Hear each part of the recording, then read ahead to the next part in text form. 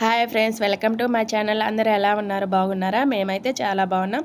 మీ అందరూ కూడా బాగుండాలని మనస్ఫూర్తిగా కోరుకుంటున్నాను. ఈ వీడియో అయితే కొంచెం సేపు ఫన్నీగా ఉండిద్ది అనమాట. యాక్చువల్లీ వాయిస్ ఓవర్ ఇవ్వకుండా ఒరిజినల్ వాయిస్ ఉంచితే బాగుండేది, కానీ పాటలేదు వినిపిస్తున్నాయి అనమాట. హనుమాన్ జయంతి కదా, ఈ 3 డేస్ నుంచి బాగా పాటలు వినిపిస్తూ ఉన్నాయి గుడి దగ్గర. అందుకని చెప్పేసి వీడియోస్ కూడా వాయిస్ ఓవర్ ఇవ్వలేదన్నమాట. ఈ 3 డేస్ అలాగే ఉంచేసాను రికార్డ్ చేసి. రిషి అయితే ఇక్కడ ఇష్కు ఆల్ అని చెప్తుందనమాట. గోరింటాకు అయితే చాలా బాగా పండింది ఇద్దరికి కూడా.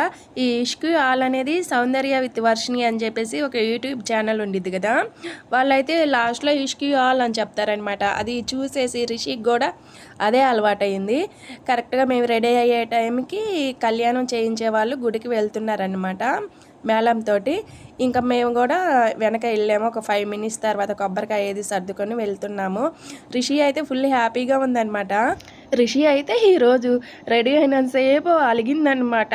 ఎందుకంటే గీతుకు వచ్చేసి పాపడ బిళ్ళ పెట్టాను, ప్లస్ చెంపసవరాలు పెట్టాను అనమాట. ఆ అమ్మాయికి పెట్టడానికి వీల్లేదు, గుండు కదా, అందుకని చెప్పేసి గొడవ అనమాట. నీకు అక్కయ్య అంటేనే ఇష్టం, అక్కడ అందరూ అక్కనే బాగుందంటారు, నేను బాగాలేనంటారు. నీకు అక్క ఇష్టం, నేను ఇష్టం లేదని చెప్పేసి అలిగిందనమాట. అది కాదమ్మా, నీకు పెట్టడానికి వీలు ఉండదు, అది ఇది అని చెప్తే కొంచెం అప్పుడు సెట్ అయిందనమాట. వీళ్ళు వెళ్ళే టైంకి కొంచెం సెట్ అయింది నార్మల్గా, ఇంకా హ్యాపీగా వచ్చేసింది అనమాట.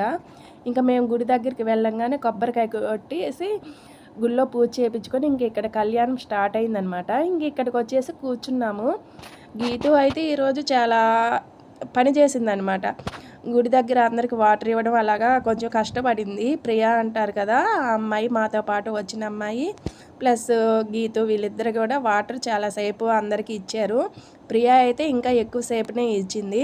అప్పుడు వీడియో తీయాల్సింది, కానీ బయటికి వెళ్ళినప్పుడు ఎక్కువ వీడియో తీయాలని అసలుకి ఏం గుర్తే ఉండదన్నమాట. మాకైతే పక్కన ఎవరన్నా ఉంటే మాట్లాడుతూ ఉంటాము, వీడియో తీయాలి అది ఇది అని అనుకోము అసలు. ఈ కళ్యాణానికి అయితే చాలామంది వస్తారనమాట. దూరంగా ఉన్న వాళ్ళు కూడా వాళ్ళ రిలేటివ్స్ కానీ ఊళ్ళో ఉన్నారంటే వచ్చేస్తారు. ఎప్పుడో ఒక సంవత్సరానికి ఒకసారి కదా వచ్చేది, సో అందుకని దాదాపుగా చాలామంది వస్తారు. వినాయక చవితి ఒకటి, ఈ హనుమాన్ జయంతి ఒకటి, ఈ 2 బాగా జరుగుతాయి అన్నమాట. మా ఊరిలో చందాలు వేసుకుంటారు, ఈ రెండింటికి చందాలు వేసుకొని ఇంక ఇలా చేస్తారనమాట. ఎక్కడైనా ఎక్కువగా ఇలా చేయాలంటే చందాలే వేసుకుంటారు. ఒక్కరు చేయాలంటే ఇది చాలా కష్టమైన పని కదా, ఎక్కువ ఖర్చు అవుతుంది. సో అందుకని చెప్పేసి దాదాపుగా అందరూ చందాలే వేసుకుంటారు. ఇక కళ్యాణం అయితే ఇంకా ఆంజనేయ స్వామి గురించి చెప్తా, కథలాగా చెప్తా ఇంకా ఇలాగ చేసేసారనమాట. దాదాపుగా మన పెళ్ళిలాగే జరిగిద్ది. మా గీత అయితే మామూలుగానే సన్నగా ఉండిద్ది, అందరికీ తెలిసిందే కదా సన్నగానే ఉండిద్దని. ఈ పావడా జాకెట్ వేస్తే ఇంకా ఏంటో చాలా ఎత్తుగా సన్నగా ఉన్నట్లు అనిపిస్తుంది, చాలా పెద్ద అమ్మాయిలాగా. కాకపోతే జాకెట్ వచ్చేసి పక్కన అంటే ఎక్స్ట్రాగా వదిలేసి కరెక్ట్గా కుట్టించేసాను అనమాట. కరెక్ట్గా ఫిట్ అయింది అమ్మాయి బాడీకి, లూజు అలాగేం లేకుండా. జాకెట్ అయితే బాగుంది, కరెక్ట్గా లూజు లేకుండా అలాగ బాగుందన్నమాట. కానీ నాకే ఎందుకో చాలా సన్నగా అనిపించింది. మా గీతు అయితే మామూలుగానే సన్నంగా ఉండిద్ది కదా, ఈ పావడా జాకెట్లు అయితే ఇంకా దారుణంగా అనిపించింది.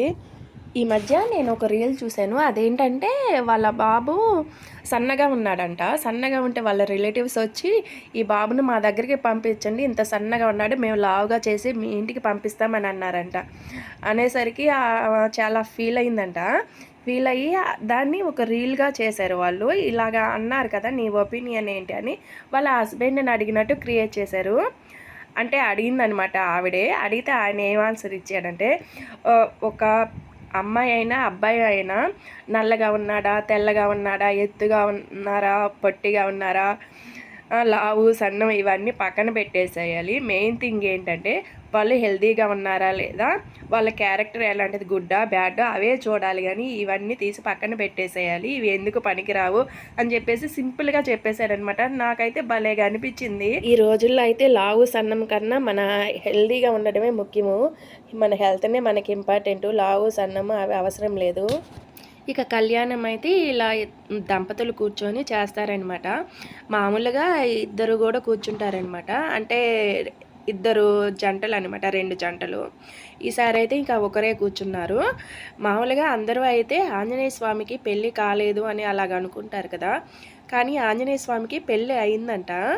అదే ఒక కథలాగా చెప్పేసి ఇలా కళ్యాణం చేశారు. ఎప్పుడు ఏం జరిగింది, ఎలా జరిగింది అని చెప్పేసి. ఇంకా మేమైతే కళ్యాణం అయిపోయేంత వరకు అక్కడే ఉన్నాము. ఈ కళ్యాణం అయితే చాలా బాగా జరిగింది. జనాలు కూడా చాలామందొచ్చారు.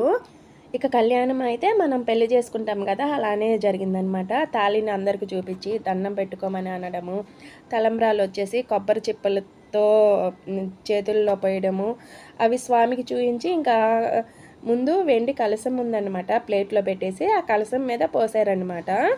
ఇంకా అలాగ జరిగింది. ఫైనల్లీ ఇంకా కళ్యాణం అయితే కంప్లీట్ అయిపోయిందనమాట.